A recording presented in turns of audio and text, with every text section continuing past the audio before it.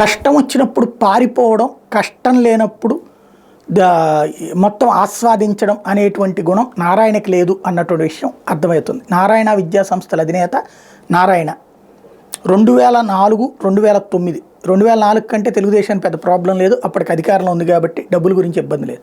2009కి వచ్చేప్పటికి అధికారంలో లేదు, డబ్బులు భారీగా ఖర్చు పెట్టింది తను సంపాదనలోంచి నారాయణ 2009లో. బట్ ఓడిపోయింది.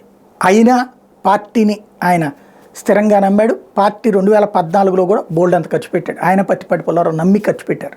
ఫలితం అధికారంలోకి వచ్చింది. ఫలితం ఆయన మంత్రి అయ్యారు.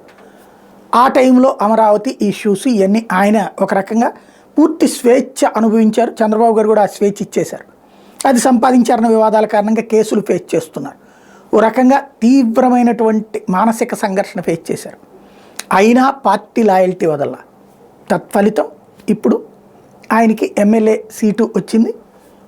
ఇవాల్టికి కూడా పార్టీకి వాళ్ళ సోషల్ మీడియా వింగ్ అంతా పోషిస్తుంది ఆయనే. అప్పట్లో చింతకాయల విజయ్, ఇప్పుడు ఆయన పోషిస్తున్నారు. అట్లాగే మీడియాకు సంబంధించిందంతా పోషిస్తున్నారు. ప్లస్ ఇప్పుడు ఆ సూపర్ 6 పథకాలు ఇంటింటి దగ్గరికి చేర్చడంలో వాళ్ళ టీమే పనిచేస్తుంది.